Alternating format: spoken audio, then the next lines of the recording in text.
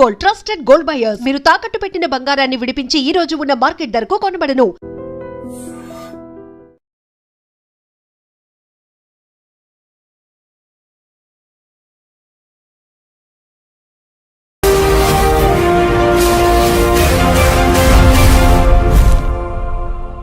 నమస్తే, welcome to I dream social spotlight with Kavitha. Make America great again అనే నినాదంతో America అధ్యక్షుడిగా పగ్గాలు చేపట్టినటువంటి డొనాల్డ్ ట్రంప్ అక్కడున్నటువంటి టెక్ సంస్థలకు కూడా దేశభక్తి పెంచుకోవాలని చెప్పారు. అమెరికాలో సబ్సిడీలు తీసుకుంటూనే విదేశాల్లో కంపెనీలు పెడుతున్నారు, ఇండియన్స్ ని హైర్ చేసుకుంటున్నారు. అది కాదు కావాల్సింది, ఫస్ట్ అమెరికన్లకి ప్రాధాన్యత ఇవ్వాలి అని చెప్పారు. యాక్చువల్ గా మన భారతదేశానికి చెందినటువంటి ఉద్యోగుల మీద ఎఫెక్ట్ పడుతుందా, మన వాళ్ళు ఎలా ఆలోచించాలి, తిరిగి భారత్ కి రావాల్సినటువంటి పరిస్థితులు వచ్చాయా? మనతో పాటుగా ఉన్నారు centre for human security studies founder doctor Ramesh Kanneganti గారు. రమేష్ గారు నమస్తే. కవిత మేడం గారు. సో అమెరికా ఫస్ట్, లాయల్ గా ఉండండి అనేటువంటి మాటల్ని నిన్న ఏఐ సమ్మిట్ లో డొనాల్డ్ ట్రంప్ అక్కడ ఉన్నటువంటి కంపెనీలకు చెప్పారు. సో దాని సారాంశం ఏంటి? భారతీయులకు ఉద్యోగాలు అస్సలే ఇవ్వద్దు అనా, లేకపోతే మన వాళ్ళకి ప్రయారిటీ ఎక్కువ ఇవ్వమనా? కవిత గారు, first I would like to thank you for bringing out a wonderful and very timely topic. చాలా కాంటెంపరీ, లేటెస్ట్. అంటే మీరు గత 12 గంటల్లో జరిగిన దాని గురించి మాట్లాడమని అడుగుతున్నారు. సో మన ఐ డ్రీమ్ ప్రేక్షకులకి it's definitely going to benefit. నేను డాక్టరేట్ ఇన్ అమెరికన్ స్టడీస్ చేశాను, పిహెచ్డి ఇన్ అమెరికన్ స్టడీస్. ఆ మాట ఎందుకు చెబుతున్నానంటే, American government politics, foreign affairs నిశితంగా పరిశీలిస్తా అక్కడ డొనాల్డ్ ట్రంప్ తీసుకున్న నిర్ణయాలు భారతదేశం మీద కానీ, ప్రపంచ రాజకీయాలు, ప్రపంచ వర్తక వాణిజ్య వ్యాపారాల మీద ఏ విధంగా ప్రభావితం చూపిస్తవి అనే దాని మీద మాట్లాడేందుకు నాకు ఒక డాక్టరేట్ ఇన్ అమెరికన్ స్టడీస్ ఉంది. కాబట్టి మా అబ్జర్వేషన్స్ చాలా వరకు సైంటిఫిక్ గాను టు ద రియాలిటీ ఉంటాయి. మీరు అడిగిన ప్రశ్నకి నా సమాధానం నెంబర్ 1 ఏంటంటే, డొనాల్డ్ ట్రంప్ నిన్న ఏ యాక్షన్ ప్లాన్ని విడుదల చేస్తా, కృత్రిమ మేధస్సుతో ఏ విధంగా సంపద సృష్టి చేయాలి అనేది నెంబర్ 1 లక్ష్యం. దాంట్లో భాగంగా let's make America great again, MAGA, MAGA, make America great again అని డొనాల్డ్ ట్రంప్ ఎలక్షన్ నినాదంతో ఎలక్షన్ గెలిచారు.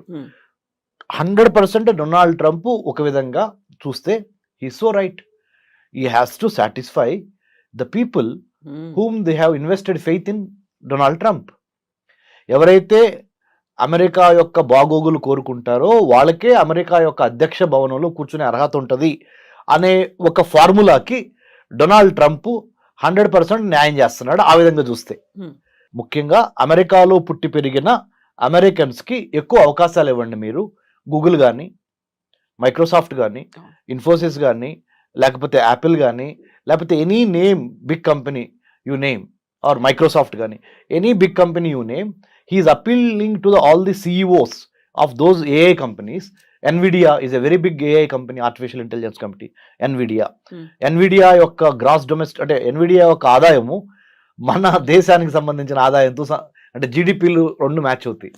అంటే ఒక మల్టీనేషనల్ కంపెనీ అయిన NVIDIA AI వాటి యొక్క GDP, అంటే వాటి యొక్క టోటల్ ఇన్కమ్ ఆర్ రెవెన్యూ అనండి, equivalent to India's $3 trillion.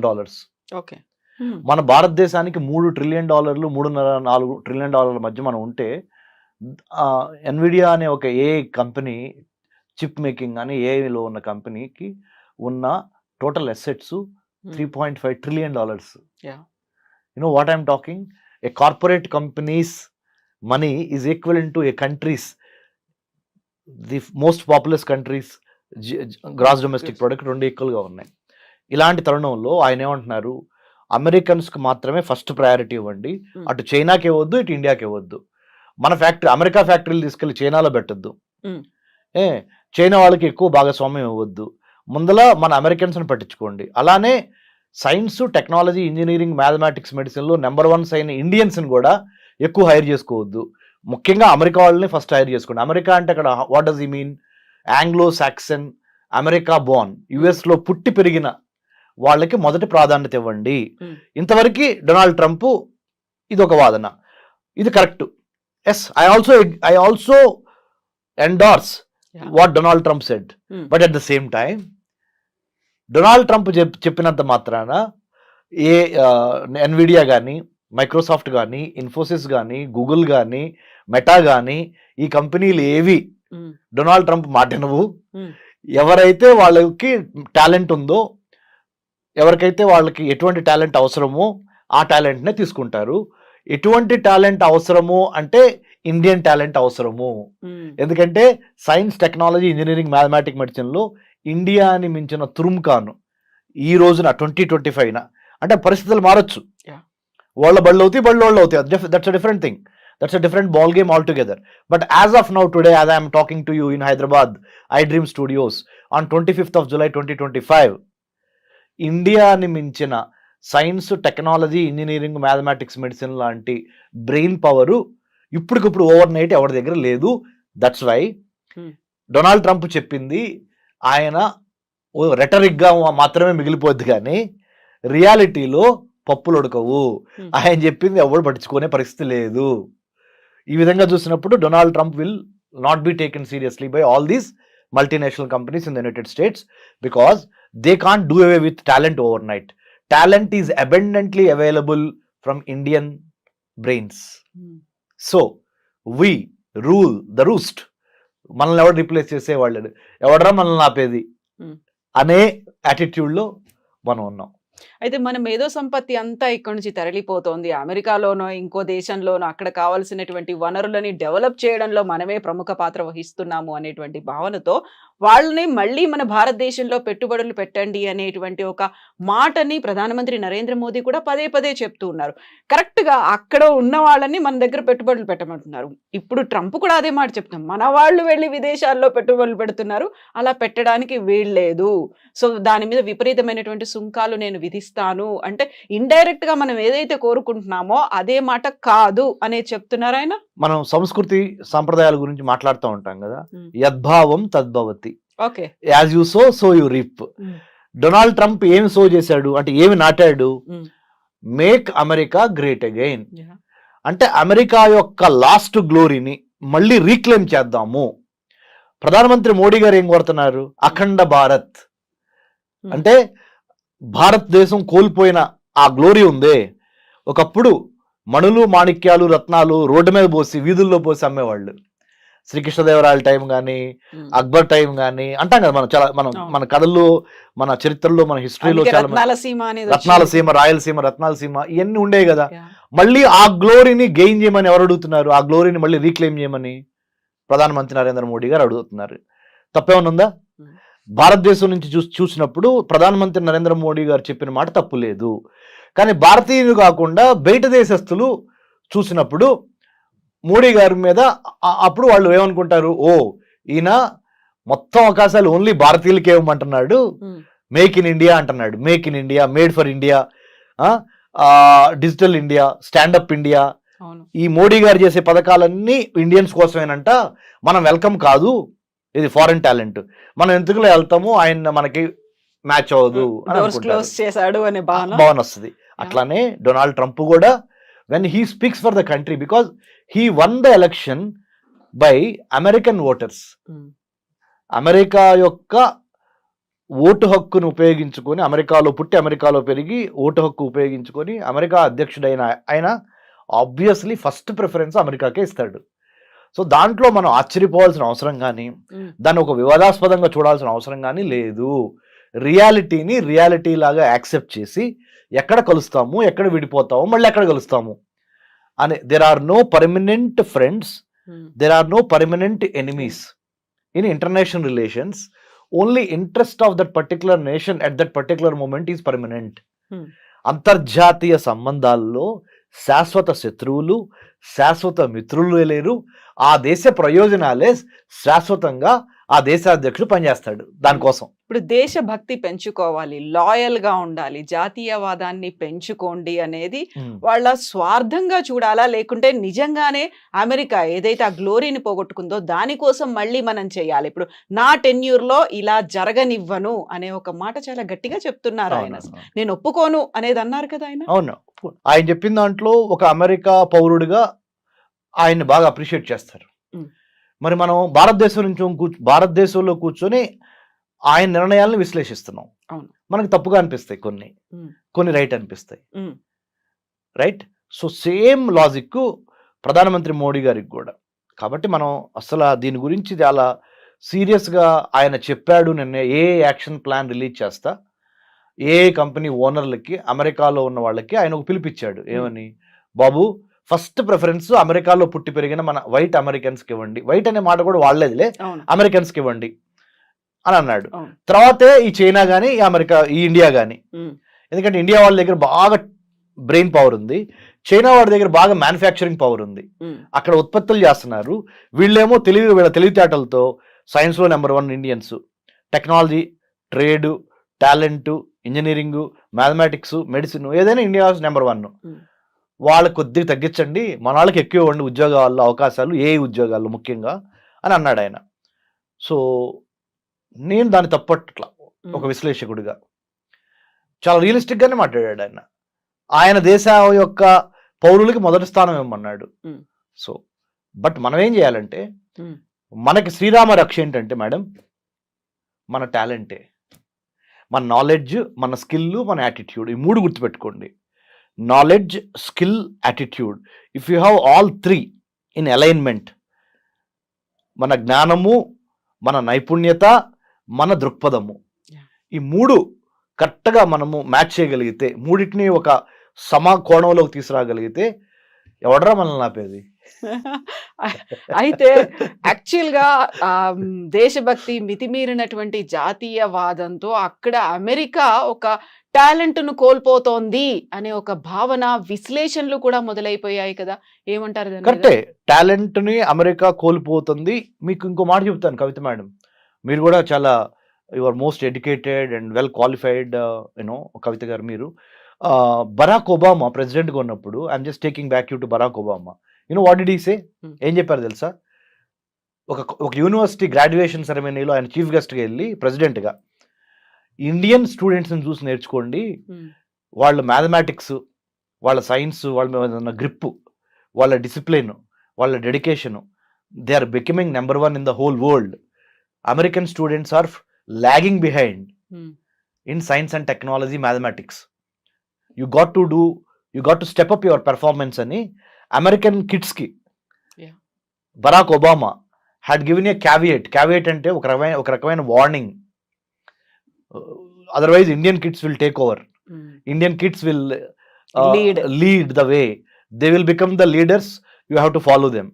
So better you catch up అని Barack Obama, the then president of the United States of America, అప్పుడు ఆ అమెరికన్ స్టూడెంట్స్కి ఒక గ్రాడ్యుయేషన్ సెరమనీలో యూనివర్సిటీలో చెప్పాడు.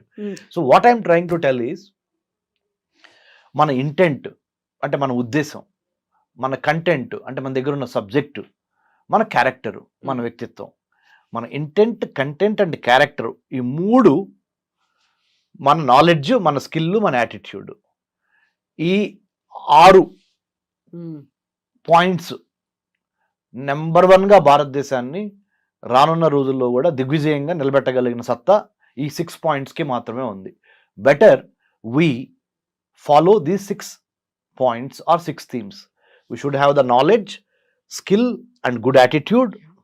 We should have the right kind of intent అంటే ఉద్దేశం, రైట్ కైండ్ ఆఫ్ కంటెంట్ అంటే subject, right kind of character అంటే వ్యక్తిత్వం. ఈ అలైన్మెంట్ జరిగినప్పుడు ప్రపంచంలో, విశ్వంలో ఉన్న పంచభూతాలు మొత్తం మనకు సహకరించి భారత్ని నెంబర్ 1గా తీసుకెళ్తావి. భారత్ అంటే ఒక చిన్న అబ్రివేషన్ చెప్తాను మేడం, ఎందుకంటే మన ఐ డ్రీమ్ ప్రేక్షకులు చాలా స్మార్ట్గా మన ఇంటర్వ్యూని అప్రిషియేట్ చేయాలంటే చెప్పనా మేడం? భారత్, BHARAT. భారత్ అంటే building a harmonious and audacious Raj to advance technology, to advance trade, to advance tourism, to advance talent, and to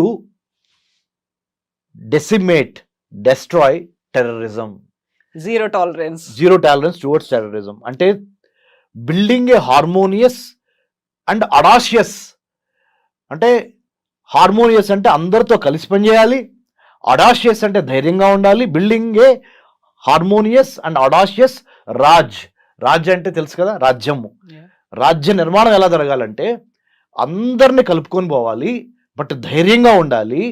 ఆ రాజ్య నిర్మాణం దేనికోసం జరుగుతుంది? టు అడ్వాన్స్ వర్తకం, ట్రేడ్, ప్రతిభ, పాండిత్యం, పర్యావరణం అండ్ పర్యాటకం, Yeah. అండ్ టు స్టాప్ ఉగ్రవాదం. అది భారత్ అంటే నా అబ్రివేషన్. బాగుంది, చాలా బాగుంది. ఇప్పుడు మనం భారత్ గురించి మాట్లాడుకున్నప్పుడు నిన్న ట్రంప్ ఇంకొక మాట అన్నాడు, గ్లోబలైజేషన్ ని చాలా ఎక్కువగా మిస్యూజ్ చేస్తున్నట్టున్నారు, అది రాడికల్ గ్లోబలైజేషన్ లాగా మారిపోయింది, కొంచెం అలా ఆలోచించడం మానేయండి, మన కోసం, మన అమెరికన్స్ కోసం absolutely. ఆలోచించండి. I want to thank you. You know what? Again, you pulled me back to the second core principle of what Trump spoke. మీ యొక్క టాలెంట్ బయటపడుతుంది మేడం, యాజ్ ఎ యాంకర్ గా, యాజ్ ఎ హోస్ట్ గా. Thank you. Seriously, first point ఏమో ఆయన మాట్లాడింది చెప్పారు. Second point మీరు ఏం చెప్పారు? ఆయన స్పీచ్ లో రెండో అంశం. మొదటి పాయింట్ ఏంటి? ఏఐ యాక్షన్ ప్లాన్ లో ఆయన రిలీజ్ చేస్తా Hmm. ఏఐ కంపెనీలకి ఆయన ఒక మెసేజ్ చెప్పాడు, give more opportunities to local Americans Yeah. Rather than the Chinese or Indians. Second point ఏం చెప్పారు? రాడికల్ గ్లోబలైజేషన్ లో భాగంగా మనం ఎక్కువగా బయటికి చూస్తున్నాము, Hmm. ఉన్న వాళ్ళని అయిన వాళ్ళకేమో ఆకుల్లో పెడుతున్నాము, కాని వాళ్ళకేమో కంచాల్లో పెడుతున్నాం. ఎలా ఉంది నా తెలుగు? బాగుంది, బాగుందా? చాలా బాగుంది. అయిన వాళ్ళకేమో ఆకుల్లో పెడుతున్నాం, కాని వాళ్ళకేమో కంచాల్లో పెడుతున్నాం. అంటే ఆయన ఉద్దేశం ఏంటంటే, అయిన వాళ్ళు ఎవరు ఇక్కడ? ఆయన ఉద్దేశం ప్రకారం Americans. అమెరికాలో పుట్టి పెరిగిన లోకల్ అమెరికన్స్, వాళ్ళకేమో ఆకులేసి పెడుతున్నాం, ఇస్త్రాకులు, అవి కూడా చిరిగిన ఇస్త్రాకులు. కాని వాళ్ళు ఎవరు అంటే ఇటు అమెరికా, ఇటు చైనా వాళ్ళు, ఇటు ఇండియా వాళ్ళు మన వాళ్ళు కాదు. అంటే ఆయన ఉద్దేశం అమెరికా ప్రాస్పెక్టివ్ ప్రకారం. వాళ్ళకేమో కంచాల్లో పెడుతున్నాం, అంటే మంచి మంచి వెండి పళ్ళల్లో వాళ్ళకి భోజనం పెడుతున్నాం. In other words, you are doling out millions of dollars worth of projects on artificial intelligence, blockchain, IoT, big data, 5G, 6G or metaverse in the form of big projects. You are doling out to either Chinese or Indians. Don't do that. That's a strategic mistake. వ్యూహాత్మకంగా long term లో అమెరికాలో చాలా నిరుద్యోగం పెరుగుద్ది, అశాంతి వచ్చింది. కాబట్టి దయచేసి అమెరికాలో ఉన్న అమెరికన్స్ కి ఫస్ట్ అవకాశాలు ఇవ్వండి అని ట్రంప్ ఈ రాడికల్ గ్లోబలైజేషన్ కి అగేన్స్ట్ గా అన్నాడు. అంటే ఏంటి రాడికల్ గ్లోబలైజేషన్ అంటే? గ్లోబలైజేషన్ అంటే అర్థం ఏంటి? ప్రపంచీకరణ. ప్రపంచీకరణ అర్థం అంటే ఏంటి? ఎక్కువ టాలెంట్ ఎక్కడ ఉంటే వాళ్ళని పిలిచి వాడుకోవటం, వాళ్ళతో వ్యాపారం చేయటం, గేట్లే ఉండవు. రాడికల్ గ్లోబలైజేషన్ అనే మాట ఎందుకు వాడాడంటే, శృతి మించి మరీ ఎక్కువగా మీరు ప్రపంచానికి సంబంధించిన వాళ్ళందరినీ పిలుస్తున్నారు, మన వాళ్ళని తప్పితే, అంటే అమెరికన్స్ తప్పితే. సో ఆ రాడికల్ గ్లోబలైజేషన్ అంతొద్దు, లోకల్స్ని బాగా ఎక్కువ అవకాశాలు ఇవ్వండి, లేకపోతే మళ్ళీ నేను ఎలక్షన్ రిపబ్లికన్ పార్టీ ఎలక్షన్ గెలవదని ఇండైరెక్ట్గా చెబుతున్నాను. ఎందుకంటే ఈయన ఎడిదిరికి గెలవలేడు, ఓన్లీ టూ టర్మ్స్ అయిపోయినాయి కదా. మళ్ళీ ఇంకోటి ఏంటి, ఈయనకు ఒక మొగుడు తయారయ్యాడు. ఆ మొగుడు ఎవరు? Elon Musk. అమెరికాని ఒక పార్టీ పెట్టి ఛాలెంజ్ చేస్తున్నాడు. సో ఇలాంటి పరిస్థితుల్లో ట్రంప్ అంటే మనం దేన్నైనా మేడం టెక్స్ట్ ఏం మాట్లాడాడు, కాంటెక్స్ట్ ఏ కాంటెక్స్ట్ లో ఆ టెక్స్ట్ మాట్లాడాడు అనేది చాలా ఇంపార్టెంట్. ఆ కాంటెక్స్ట్ ఏంటి? ఏఐలో నెంబర్ 1 ఉన్న కంపెనీలు అందరూ ఒక చోట కూర్చున్నారు, ప్రపంచంలో కుబేర్లు అందరూ ఒక చోట కూర్చున్నారు. ఆ కాంటెక్స్ట్ లో అమెరికాకు సంబంధించిన కుబేర్లు, అమెరికాకు సంబంధించిన ఏఐ కంపెనీలు, అమెరికా ఏ యాక్షన్ ప్లాన్ విడుదల చేసే సందర్భం, ఆ కాంటెక్స్ట్ లో ఈ టెక్స్ట్ కరెక్ట్ గా మాట్లాడాడు. సో మనం వాళ్ళ గురించి వాళ్ళు ఆలోచించుకుంటున్నారు అని మనం అనుకుంటే సరిపోతుంది అంతే, నథింగ్ టు వర్రీ. మన ఏ జాబులు ఎక్కడికి పోవు. ఎందుకంటే చెప్పనా, ప్రైవేట్ కంపెనీలు ఎప్పుడు ప్రాఫిట్ మోటివ్తోనే ఉంటాయి, కానీ ప్రెసిడెంట్ ట్రంప్ చెప్పాడు కదా అని ఇండియన్స్ తీసుకోవటం మానివేయవు. అంటే అక్కడ లాబింగ్ కావచ్చు, ప్రెషర్ అనేది అప్లై చేస్తాయంటారా? అంటే మేడం, మార్కెట్లో రెండు అంశాలు మేడం, డిమాండ్, సప్లై. ఎంత డిమాండ్ ఉంది, సప్లై ఎక్కడి నుంచి ఉంది? ఏఐకి బాగా డిమాండ్ ఉంది, దానికి సంబంధించిన సప్లై ఎక్కడి నుంచి ఉంది? ఇండియా నుంచి మాత్రమే ఉంది. ఎందుకు ఉంది అంటే, ఇండియన్ స్టూడెంట్స్లో ఉన్న డిసిప్లిన్ కానీ, డిటర్మినేషన్ కానీ, talent in science, technology, engineering కానీ, ఇవన్నిటిని ఓవర్ నైట్ ఏ దేశము క్రియేట్ చేయలేదు. Rome cannot be built overnight. Same way Indian talent cannot be emulated or copied or built overnight by any other country in the world as of now. But as having said that, I would also like to say, change is the only permanent thing. Yeah. So rep marchadi, I am not saying Indians will always be top, no. As of now today, if we have the complacency factor, మనలో గనక బద్ధకం పెరిగింది అనుకో, వేరే వాడు వచ్చి occupy చేస్తాడు ఆ స్పేస్ని. So we should never be lethargic or complacent.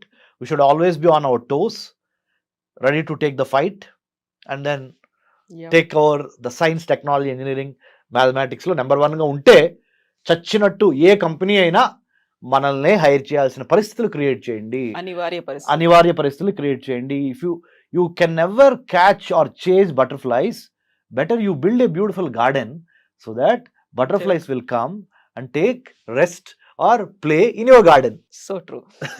Thank you so much Ramesh గారు. Thank you, madam. యూజువల్ గా చాలా క్లియర్ గా చెప్పారు with simple words. Thank you so much. జై హింద్ మేడం.